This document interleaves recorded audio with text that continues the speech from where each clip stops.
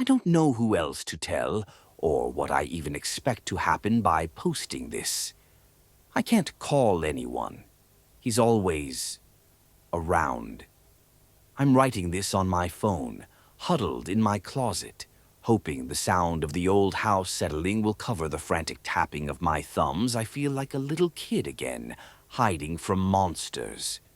The difference is, this time, the monster thinks it's my dad. Let me back up. I'm 23, I live with my father. It wasn't the plan, obviously. College, job, my own place. That was the plan. But the economy is what it is, and my mom passed a few years back, and he was getting on in years. He's retired, and his pension is just enough to keep the lights on in this old house. It wasn't a bad arrangement. I'd work my shifts, help with the bills, and he'd potter around the house. We had a rhythm. Quiet, maybe a little lonely, but normal. The change was so gradual, I almost didn't notice it. At first, it was just nice. My dad, who'd basically fused with his armchair for 5 years, suddenly started moving again. The dust of age seemed to fall off him. It started about a month ago when he went down to the basement to fix a leaking pipe. I'd offered to do it, but he insisted. "Still got some use in these old hands," he said. He was down there for hours. When he came up, he was filthy, but he was grinning. "All sorted," he announced, clapping his dusty hands together. He looked invigorated. I figured he was just proud of the repair. The next morning I woke up to the smell of bacon and birds singing. That wasn't unusual. But my dad cooking was. He hadn't made breakfast since my mom died. "Morning, son," he said brightly. "Eggs?" I was surprised but pleased that week. He was a whirlwind of activity. He mowed the lawn, cleaned the gutters, fixed squeaky hinges. I thought he was finally pulling out of his grief. The first hint something was wrong came a week later. I was getting ready to go out with friends. He entered the room, wringing his hands. "You're going out?" His voice was tight, almost pained. He clutched his chest. Feeling a bit funny, tight. I panicked. Should I call someone? No, he said quickly. "I just don't want to be alone." So I stayed. We watched an old western. His pain vanished the moment I canceled my plans. The next time I tried to leave, it was his back. Then headaches, dizziness, stomach bugs. Always when I tried to go somewhere. We fought. "I can't be your prisoner," I shouted. His face crumpled into deep, heartbreaking sadness. "I just need you here," he whispered. And just like that, I felt like the villain. But between these episodes, he was unstoppable. He repainted the porch, fixed the fence, gardened at sunrise. He was strong, stronger than he should be. He carried all the groceries in one trip without breaking a sweat. My dad used to get winded climbing the stairs. It didn't make sense. None of it did. But the real fear started with the sun. We were in the backyard on a bright, cloudless day. I saw shadows everywhere, mine, the fences, the trees. But my dad didn't have one. He was standing in direct sunlight, and nothing. I blinked hard, looked again. Still nothing. A cold knot formed in my stomach. "Dad, can you help me with this?" I asked, pointing to a pot in full sun. Just to see, to test him.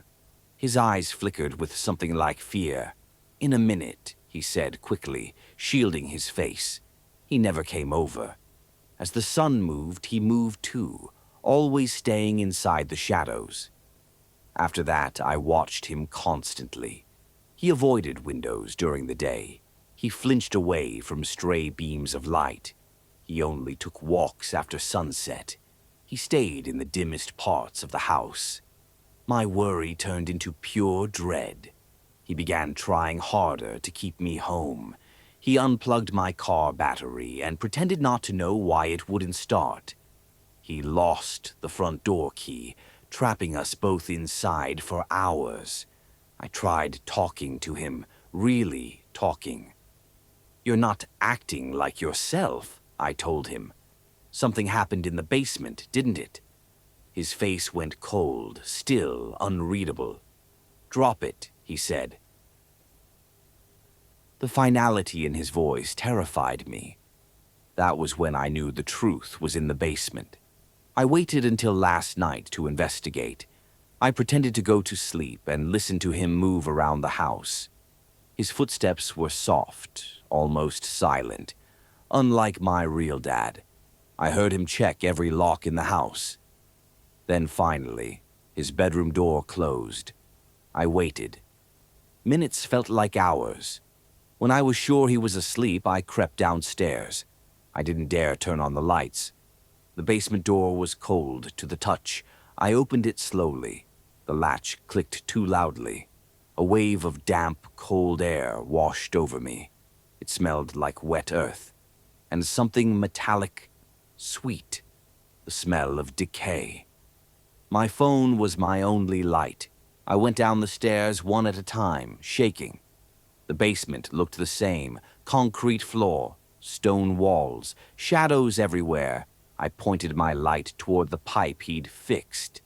The pipe was new, clean, too clean, but the ground next to it wasn't. A patch of dirt, large, freshly disturbed. My heart sank. I knew what it meant. Still, I had to see. I found a garden trowel in an old bucket. I knelt and began to dig. The earth was soft, too soft. My breathing turned frantic. Then the trowel hit something soft. I dropped it and reached into the dirt with my hands.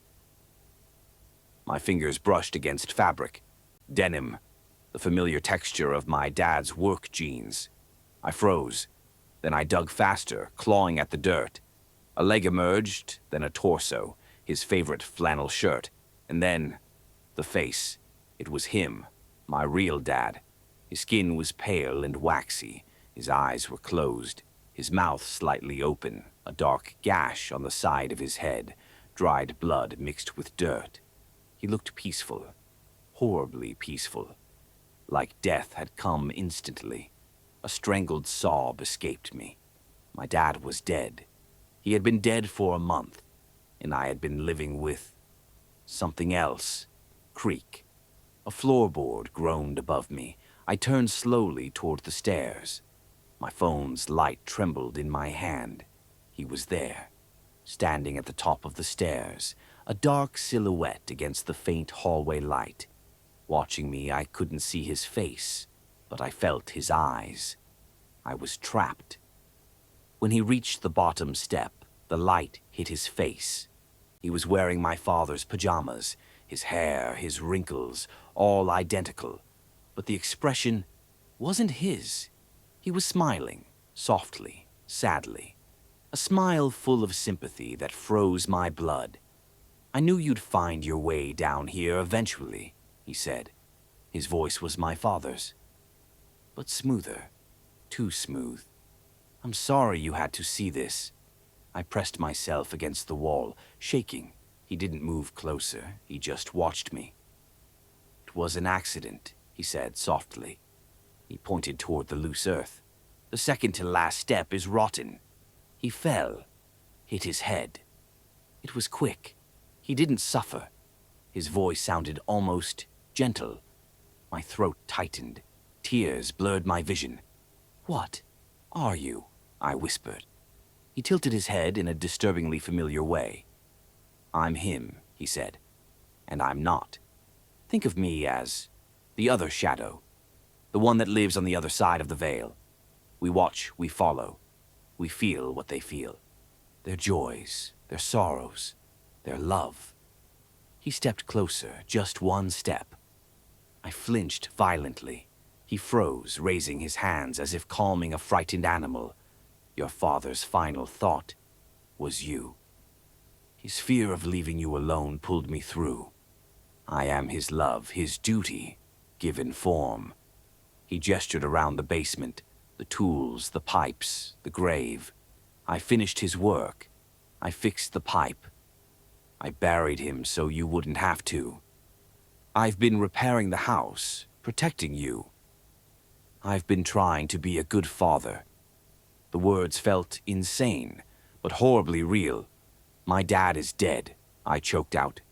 Yes, he said softly. He is. And I'm so sorry for your loss.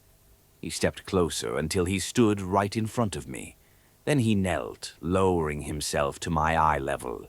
His face was only inches from mine. I could see every pore, every wrinkle, too perfect. He loved you more than anything, he whispered. And so do I. I'll never leave you. I'll take care of you. We can be a family. Forever. My whole body shook with silent terror. And that's where I am now. He let me go upstairs, walked behind me the whole way. He's in the living room now, watching TV like nothing happened. While my real father lies buried downstairs, I'm locked in my closet, typing this. I know I can't escape. The doors are locked. He is stronger than me.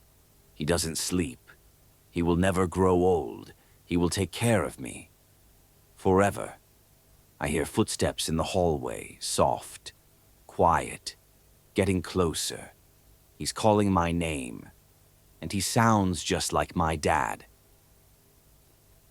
Well, if that story didn't make the temperature in this studio drop 10 degrees, I don't know what will. You know, folks, every now and then someone sends us something that hits a little different, something that doesn't sound like a ghost story, or a campfire tale, or a rumor whispered in a diner at 2 a.m. This one sounds like a cry for help, from someone who doesn't have anyone else left to call a shadow wearing a man's skin, a house that suddenly feels too small, a voice that sounds like love but walks like death. Baby, if I ever heard a case that the Warrens would have run toward with a Bible in one hand and holy water in the other, this is it. Now, listen closely. If you're still with us, if you're still safe, you need to get out of that house. I don't care how. Window, roof, back door, break the lock. You run the moment he looks away, because whatever's with you, that's not family. That's something that thinks it is. And to the rest of our listeners, if any of you out there have ever encountered something like this, a mimic, a double, a shadow that learned to walk, you know what to do. Write us. Call us. Tell us your story. Until then, stay in the light. Stay aware. And as always, good night and good luck out there.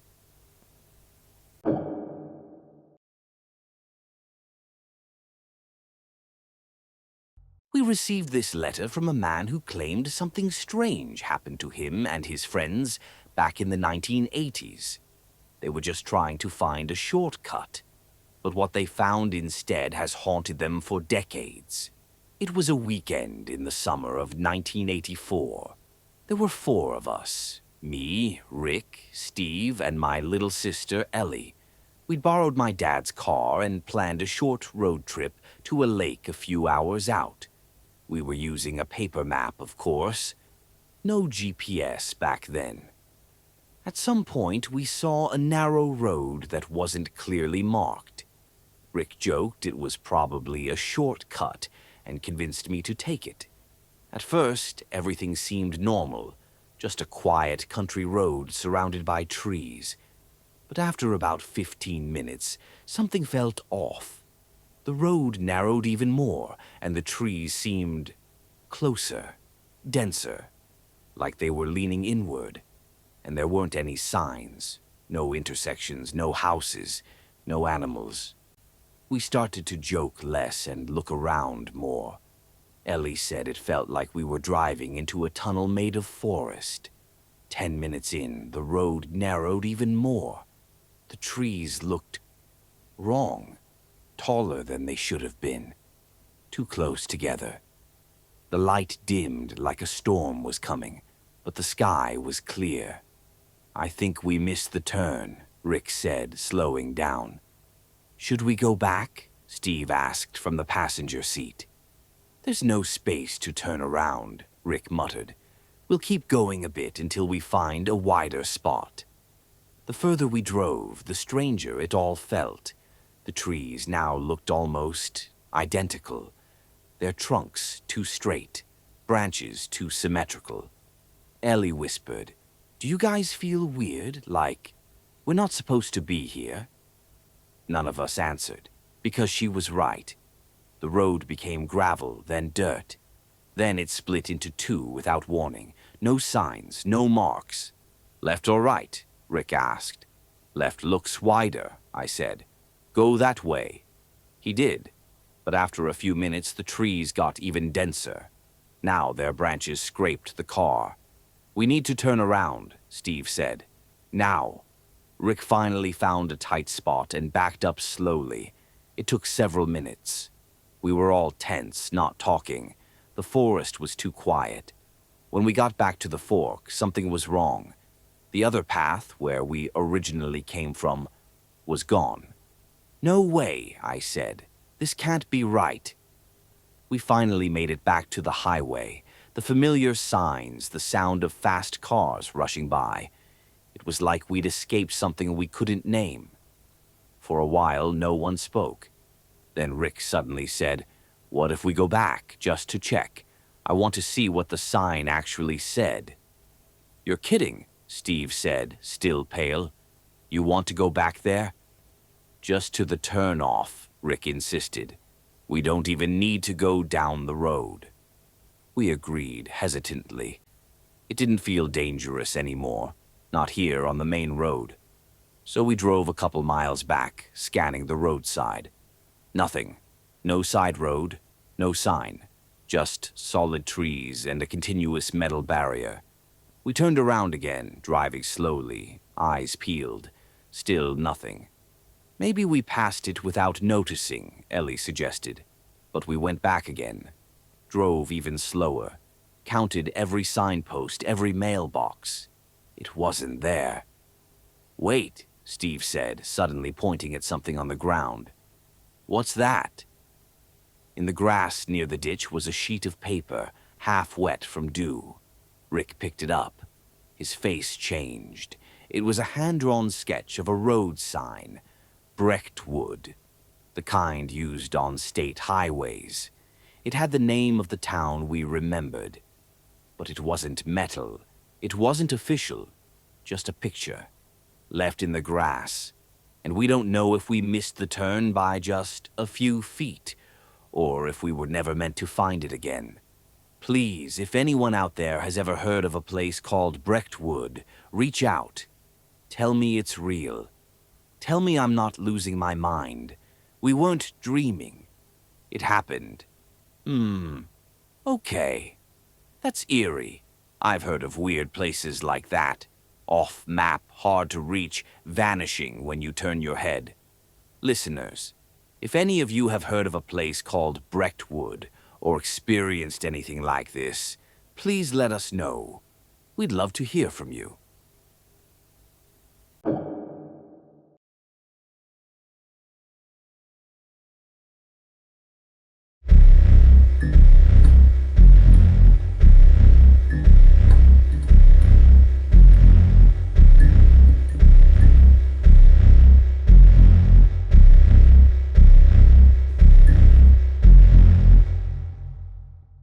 Hey everyone, welcome back. You're listening to another Night Story submission. This one, I admit, made me double-check the locks on my doors. Let's get into it. Hello, editorial team. I don't even know where to begin. I'm still trying to convince myself it was just a nightmare. But I know what I saw. I took the usual late train from Wilmington to D.C., the 7:53 p.m. one. It's usually empty, quiet, perfect for reading. But 20 minutes into the ride, the speaker crackled on. A robotic female voice said, "Attention, unidentified passenger on board." There were only two of us in the car. Me and a woman sitting a few rows back. We looked at each other, confused. Then the LED screen at the front started flashing. Unidentified passenger over and over again in flickering orange. I texted my boyfriend, told him what was happening. He said to get off at the next stop and that he'd meet me. We were near Aberdeen. I grabbed my bag and headed toward the doors. The other woman stood up too, nervous. She muttered something about her daughter's wedding. We both moved toward the vestibule. We could see the station lights. We were slowing down. The platform appeared outside the window. But we didn't stop. The train sped past Aberdeen without even slowing. Then the speaker crackled again. The same robotic voice. "Please remain in your cars until the end of your journey. Thank you." The moment the door creaked open again, I knew it wasn't over. My heart slammed in my chest as I pressed myself deeper under the seat. Soft, uneven breathing filled the silence. Not mine. Closer, louder, wet. Then, a noise like fingers dragging along the metal floor. Scrape, scrape, scrape. A pause. Then something crawled across the aisle. Slow, deliberate. I saw only the hand, long, bony, with too many knuckles. The air felt dense, every breath like swallowing fog. I didn't dare move. Then whispering, just inches from my ear. "Why are you hiding?" the voice rasped. It didn't sound human. I held my breath so long I thought I'd pass out. Then, silence. The door at the end slammed open and closed again. Footsteps retreated. I waited. Minutes, hours. I couldn't tell anymore. Finally, the train began to slow. A mechanical voice announced, "Final stop, Union Station." I didn't move until the train stopped. Only then did I crawl out. The lights were on. The door opened. I stumbled out onto the platform. I was alone. No one else exited that car, not even the woman. I started to cry, not out of fear, but sheer exhaustion. I thought it was over. But as I reached for my bag, I noticed something. A long black hair was wrapped around my wrist, and the skin beneath it was blistered. That's one of the creepiest train stories I've ever read. And honestly, I don't know what to tell you. Part of me wants to believe it was just a very vivid hallucination caused by exhaustion, stress, or maybe even carbon monoxide exposure.